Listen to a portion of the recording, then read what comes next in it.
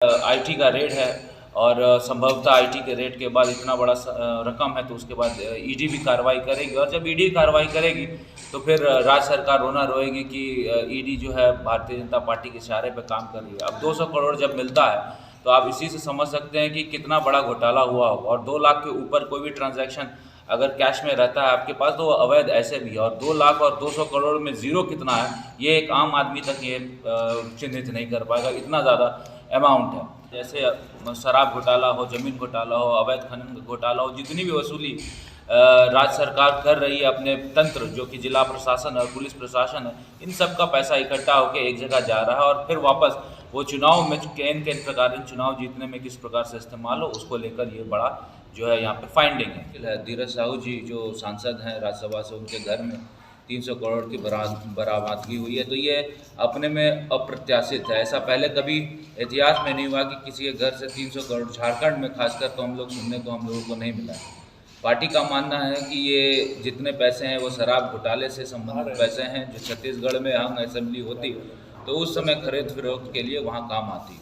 और जिस प्रकार से झारखंड में आने वाले दिन में चुनाव होने वाला है उस चुनाव के दृष्टिकोण से भी भारतीय जनता पार्टी ये मानती है कि ये जो पैसा है वो चुनाव में झारखंड हो या छत्तीसगढ़ में काम आने वाला था। आप इसी से इस चीज़ का अंदाज़ा लगा सकते हैं कि किस प्रकार से झारखंड सरकार जो है लूटे हुए पैसे, जनता के लूटे हुए पैसे को इलेक्शन में यूज़ करती है। और इसका सीधा सीधा प्रमाण आप कोई भी प्रखंड में चले जाइए, कोई भी ब्लॉक में चले जाइए, वहाँ के जो पदाधिकारी हैं जो घूस दे रहे हैं, जो बिना पैसे का कोई काम थाना में नहीं हो रहा, उसका ये प्रमाण है।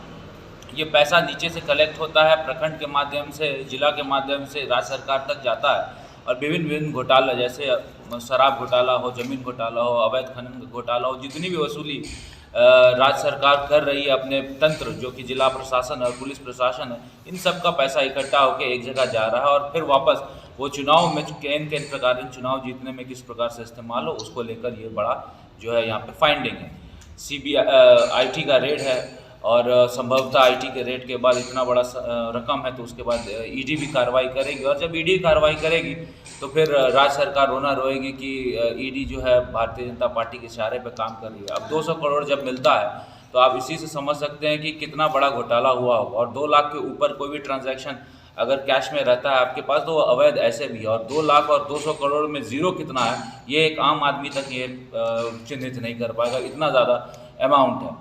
ये जो अमाउंट है कांग्रेस का इतिहास रहा है भ्रष्टाचार का। नेशनल हेराल्ड में भी 700 साढ़े 700 करोड़ का घोटाला हुआ है जिसको लेकर ईडी अपना कार्रवाई कर रही है। कांग्रेस इससे पहले भी कई घोटाले घपले कर चुकी है और ये महागठबंधन की सरकार जो है उसी का एक कड़ी है और उसी कड़ी में आज हम लोगों ने प्रेस कॉन्फ्रेंस किया।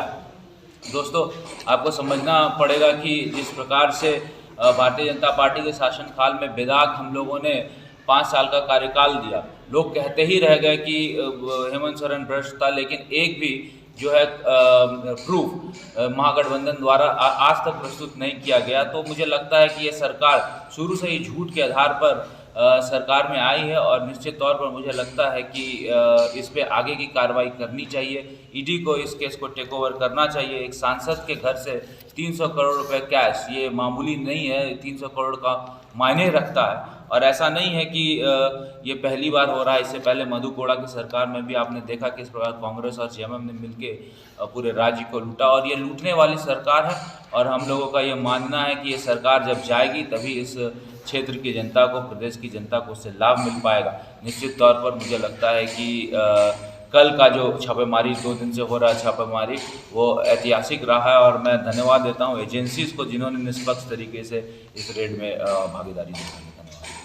मुख्यमंत्री कल गोड्डा आए और उनके प्रोग्राम में बच्चियों ने नकार दिया कि साइकिल का पैसा और सावित्रीबाई फुले का पैसा नहीं मिला। तो क्या लगता है कि इतनी बड़े बड़े ब्रांडिंग हो रहे हैं, हर जिले में मुख्यमंत्री जा रहे हैं, योजना आपकी सरकार आपके द्वार की प्रशंसा हो रही है, लेकिन ऐसा देखने के लिए मिला, आपको भी निमंत्रण नहीं दिया गया अंत तक? सबसे पहले कल की मुख्यमंत्री की जो दौरा था गोड्डा का, वो मुझे लगता है कि सुपर फ्लॉप शो था। और जैसा कि पहले भी मैंने कहा है कि ये सरकार आपके द्वार का जो एडिशन 3 चला है वो उससे भी बड़ा सुपर फ्लॉप रहा है। सिर्फ सरकारी पैसे का बंदरबाट करके सरकार जो है अपना वाहवाही करना चाह रही है। तो मुझे लगता है कि ऐसी सरकार को गद्दी में रहने का कोई हक नहीं। अब सीधा सीधा आप इसका उदाहरण देख ले कि मैं नहीं कह रहा हूँ, मैं कहूँगा तो बोलेंगे कि आप विपक्ष का विधायक इसलिए कह रहा है। आम जनता जो वहाँ जाती है, उन्होंने अपने मुख से, जब मुख्यमंत्री जिसका सावित्री फूलो जानो जो स्कीम है, सावित्रीबाई फूलो स्कीम महिला बच्चों के लिए, जब उनसे पूछा गया कि आखिर इसका लाभ आपको मिला है कि नहीं मिला है, तो उन्होंने सबने कहा कि नहीं मिला है। लाडली योजना, इसका लाभ सरकार ने अपने जनता को नहीं दिया है। लोगों से पूछा गया, लोगों ने कहा कि इसका लाभ हम लोगों को नहीं मिला है। तो जब लोगों को ही इसका लाभ नहीं मिलेगा तो ये इस तरह का जो है प्रोपेगेंडा करने का कोई औचित्य मुझे लगता है कि मेरे सोच के परे, समझ के परे है। और इतना ही नहीं, जो भीड़ वहाँ गई थी, या तो बच्चों की थी जिनको कस्तूरबा से उठा के वहाँ पे बैठा दिया गया, या तो ऐसे लोगों की थी जिनको पंडाल में कहीं कोई दिखाई नहीं दिया। पंडाल बाहरी क्षेत्र अगर पंडाल का देखेंगे तो वो खाली था, अंदर का क्षेत्र जो पंडाल का था उन बच्चियों से भरा हुआ था जो कि स्कूल से उठा के सीधा लाया। तो मुझे लगता है कि सरकार ने जितनी भी घोषणाएं की, आज धरातल पे तो कोई घोषणा उतर नहीं पा रही है, जिसका ये परिणाम है कि कल क्राउड ने, भीड़ ने खुद ये माना कि हम लोगों को कोई सरकारी स्कीम से लाभ नहीं मिल पा रहा। तो मुझे लगता है कि ये सुपर फ्लॉप शो इसलिए भी है क्योंकि मुख्यमंत्री इतना बड़ा मंच सजता है, विपक्ष के सभी विधायक रहते हैं, मुख्यमंत्री रहते हैं, मंत्री रहते हैं, लेकिन बावजूद इसके भीड़ नहीं आती है और राजद जो कि इनका सहयोगी है उसको सीट नहीं मिलती है स्टेज पे।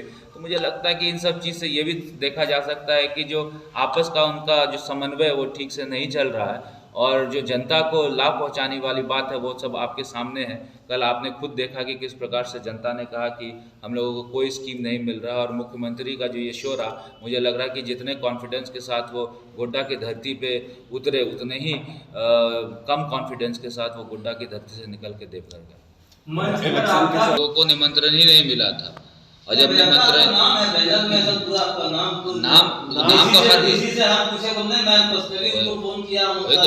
तो निमंत्रण पत्र छपा होगा ना कि नहीं छपा होगा आपने? तो क्या स्ट्रेटेजी है इसमें? नहीं, इसमें तो आप देख रहे हैं कि आईटी के रेड हुई तो खाली हाथ तो नहीं गए। 200 करोड़ वहाँ पे मिला है, 300 करोड़।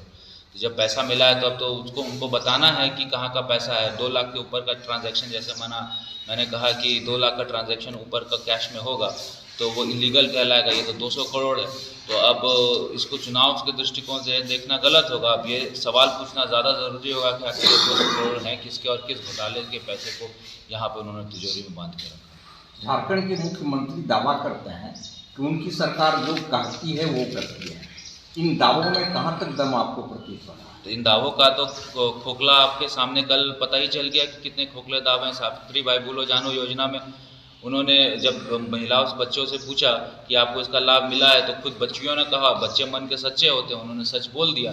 उनको तो ना पार्टी में पद लेना है, ना कुछ वाहवाही लूटना है या कोई लाभ लेना है। उन्होंने जो लगा कि सही है उन्होंने कहा। जब मुख्यमंत्री ने पूछा तो मुख्यमंत्री को जवाब यहाँ की जनता ने दे दिया, और इसी का ये परिणाम है कि आपने जो है कल्याण पदाधिकारी को शायद सस्पेंड भी किया है। जिला समाज कल्याण पदाधिकारी को सस्पेंड भी किया है। मुझे लगता है पूरा जिला का जो पदाधिकारी वो सस्पेंड हो जाएगा, लेकिन सरकार की एक भी योजना जो है धरातल पर नहीं उतर पाएगी। सरकार सस्पेंड ही करते रहे, सरकार सिर्फ पेपरबाजी करते रहे, लेकिन धरातल पे काम नहीं हो रहा।